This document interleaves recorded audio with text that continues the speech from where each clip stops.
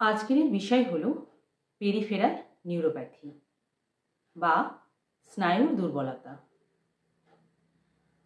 Peripheral স্নায়ুতন্ত্র শরীরের একটা যোগাযোগ পদ্ধতি, যা সেন্ট্রাল নার্ভাস সিস্টেম বা কেন্দ্রীয় স্নায়ুতন্ত্র মানে ব্রেন, স্পাইনাল কর্ড এবং শরীরের অন্যান্য অঙ্গে সংকেত পাঠায়। যদি কোনো কারণে পেরিফেরাল নার্ভ ক্ষতিগ্রস্ত হয় তাকে পেরিফেরাল নিউরোপ্যাথি বলা হয়। আজ আমি এই রোগের কারণ, কি উপসর্গ মূলত লক্ষ্য করা যায় এবং হোমিওপ্যাথিক চিকিৎসা সম্পর্কে আপনাদের সঙ্গে আলোচনা করব। তাই এই ভিডিওটি পুরো দেখবার জন্য আপনাদের কাছে অনুরোধ রইল। নমস্কার, আমি ডক্টর এল.পি. মণ্ডল। ডক্টর লাবণীস হোমিওপ্যাথিক ক্লিনিক চ্যানেলে আপনাদের সবাইকে স্বাগতম। এই রোগের প্রধান লক্ষণগুলো এবং উপসর্গগুলো নির্ভর করে কোন নার্ভ ক্ষতিগ্রস্ত হয়েছে তার উপর। সেন্সারি নিউরোপ্যাথি বা সংজ্ঞাবহ নার্ভে যদি ক্ষতি হয়, তার ফলে কোনো সংবেদন অনুভব করতে না পারা, যেমন স্পর্শ, ব্যথা, তাপমাত্রার পরিবর্তন ইত্যাদি ইত্যাদি। এছাড়াও শরীরের যে কোনো অঙ্গ প্রত্যঙ্গে অসাড় ভাব, টিংলিং অর প্রিকিং সেন্সেশন মানে ছুঁচ ফোটানোর মতো অনুভূতি হয়। এছাড়া হাতে পায়ে অতিরিক্ত মাত্রায় জ্বালা করা, এইসব সমস্যা দেখা দেয়। মোটর নিউরোপ্যাথি, যদি মোটর নার্ভ ক্ষতিগ্রস্ত হয় তখন পেশির দুর্বলতা, paralysis, twitching or cramping of muscle, তার মানে হঠাৎ করে খিঁচুনি বা ঝাঁকুনি দেওয়ার মতো অনুভূতি হয় পেশেন্টের। এছাড়া wasting or thinning of muscle মানে রোগী আস্তে আস্তে রোগা হয়ে যেতে থাকবে।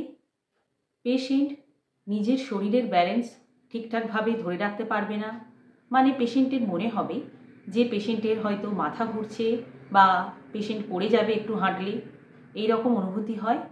এছাড়াও রোগীর কোঅর্ডিনেশনেও সমস্যা হয়। এবারে আসি অটোনমিক নিউরোপ্যাথি, মানে যদি আপনার অটোনমিক নার্ভ কোনো কারণে ক্ষতিগ্রস্ত হয় তাহলে শরীরের ভিতর বিভিন্ন অঙ্গ সম্পর্কিত সমস্যার সৃষ্টি হয়, যেমন র্যাপিড হার্ট রেট, ব্লাড প্রেশারের চেঞ্জেস, আপনার ঘামে অস্বাভাবিক রকমের পরিবর্তন ইত্যাদি ইত্যাদি লক্ষ্য করা যায়। এবারে আসি এই পেরিফেরাল নিউরোপ্যাথি বা এই স্নায়ুর দুর্বলতা রোগটি হওয়ার কি কারণ হতে পারে। পেরিফেরাল নিউরোপ্যাথি হওয়ার সবচাইতে অন্যতম কারণটি হলো ডায়াবেটিস। দ্বিতীয় কারণটি হলো যদি শরীরে ভিটামিনের মাত্রা কমে যায় তখনও এই রোগটি দেখা দিতে পারে। 3 নম্বর কারণটি হলো স্নায়ুতে কোনো কারণে যদি আঘাত লাগে তখনও এই পেরিফেরাল নিউরোপ্যাথি রোগটি হতে পারে। 4 নম্বর কারণটি হলো যাদের মদ্যপানের আসক্তি থাকে তাদের ক্ষেত্রেও দেখা দেয়। এছাড়াও যাদের রিউমাটয়েড আর্থারাইটিস আছে বা যেসব রোগীরা ক্রনিক কিডনির পেশেন্ট তাদের মধ্যেও দেখা যায়। এছাড়াও আরেকটা কারণ হতে পারে যদি কিছু ভাইরাস আছে, সংক্রমণের পরে এই সমস্যা দেখা দেয়, যেমন HIV, জস্টার, হার্পিস ইত্যাদি ইত্যাদি। এবারে আসি হোমিওপ্যাথিক মেডিসিনে। আজ আমি পেরিফেরাল নিউরোপ্যাথি বা এই স্নায়ুর দুর্বলতার উপরে আমি টপ 5 হোমিওপ্যাথিক মেডিসিন আপনাদের সঙ্গে আলোচনা করব। প্রথম মেডিসিনটি হলো ক্যালিফস। স্নায়ুর দুর্বলতার কারণে যদি হাতে পায়ে অসাড় ভাব এবং হালকা কম্পন অনুভূত হয়, তার সঙ্গে অনেক সময় রোগীর মনে হয় হাত, পা বা শরীরের যে অঙ্গে এই রোগটি আক্রান্ত হয়েছে সেই অঙ্গটি যদি ভারী বলে মনে হয় তখন ক্যালিফস মেডিসিনটি খুব ভালো কাজ করে। যদি আপনার কোনো মানসিক চাপে থাকার পরেই এইসব সমস্যাগুলো দেখা দেয় তখন এই মেডিসিনটি আরও ভালো কাজ করে। এই রোগী খুবই ভুলে যাওয়ার সমস্যা থাকে। এই ক্যালিফস মেডিসিনটি 30 পোটেন্সিতে সারাদিনে 2 বার 15 দিন অবধি মেডিসিনটি খেতে হবে। যদি অবস্থার উন্নতি দেখে তাহলে মেডিসিনটি কিছুদিন বন্ধ করে আবার ওই একই নিয়মে মেডিসিনটি খেতে হবে। 2 নম্বর মেডিসিনটি হলো আর্সেনিকাম অ্যালবাম।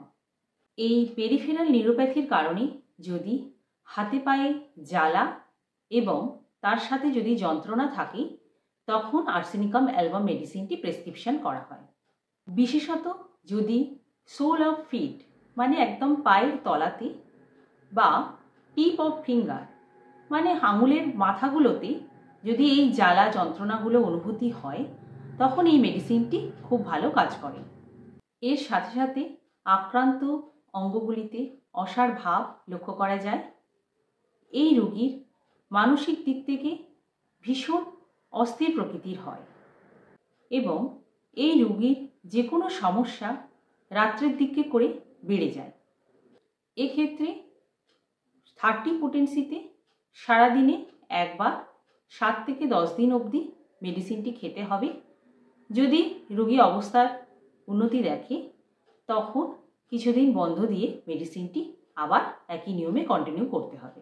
3 নম্বর মেডিসিনটি হলো হাইপেরিকাম। হাইপেরিকাম মেডিসিনটি সেই সব রোগীদের ইন্ডিকেট করে যাদের স্নায়বিক দুর্বলতার কারণে যে অঙ্গটি আক্রান্ত হয়েছে সেই অঙ্গে শার্প শুটিং টাইপ পেন হয়, তার মানে তীব্র যন্ত্রণা অনুভূতি হয়। মূলত এই তীব্র যন্ত্রণা যদি কোনো রকম ইনজুরি বা মেজর সার্জারির পরে শুরু হয় তখন এই হাইপেরিকাম মেডিসিনটি খুব ভালো কাজ করে। অনেক সময় এই রোগীর আক্রান্ত অঙ্গটিতে তীব্র ব্যথার সাথে সাথে সেই জায়গায় ছুঁচ ফোটানোর মতো অনুভূতি হয় বা চিমটি কাটার মতো অনুভূতি হয়, তখন হাইপেরিকাম মেডিসিনটি খুব ভালো কাজ করে। এক্ষেত্রে হাইপেরিকাম মেডিসিনটি 30 বা 200 পোটেন্সিতে সারাদিনে 2 বার 7 দিন অবধি মেডিসিনটি খেতে হবে। 4 নম্বর মেডিসিনটি হলো প্লাম্বাম মেড। প্লাম্বাম মেড মেডিসিনটি নির্দেশ করে সেই সব রোগীদের যাদের অঙ্গের পেশি নষ্ট হয়ে যাচ্ছে, মানে রোগী আস্তে আস্তে রোগা হয়ে যাচ্ছে। বিশেষ করে এই উইকনেস বা রোগা হয়ে যাওয়ার ব্যাপারটি যদি পায়ে দেখতে পাওয়া যায় তাহলে এই মেডিসিনটি খুব ভালো কাজ করে। এক্ষেত্রে 30 পোটেন্সিতে সারাদিনে একবার 7 দিন অবধি মেডিসিনটি খেতে হবে। যদি রোগী আরাম বোধ করে তাহলে এই মেডিসিনটি কিছুদিন বন্ধ রেখে আবার ওই একই নিয়মে কন্টিনিউ করতে হবে। 5 নম্বর মেডিসিনটি হলো কস্টিকা। পেরিফেরাল নিউরোপ্যাথির ক্ষেত্রে পেশির দুর্বলতা চিকিৎসার জন্য কস্টিকা এক প্রকার স্পেসিফিক রেমেডি বলা যেতে পারে। এই রোগীর হাতে পায়ে ঝিনঝিন ধরার মতো অনুভূতি দেখতে পাওয়া যায়। এছাড়াও এই রোগীর আরেকটি সমস্যা লক্ষ্য করা যায়, যেমন পিঁপড়ে শরীরের ওপর দিয়ে চড়লে যেরকম অনুভূতি হয় এই রোগীর সেই রকম অনুভূতি হতে থাকে। এক্ষেত্রে 30 পোটেন্সিতে সারাদিনে একবার 7 দিন পর্যন্ত মেডিসিনটি খেতে হবে।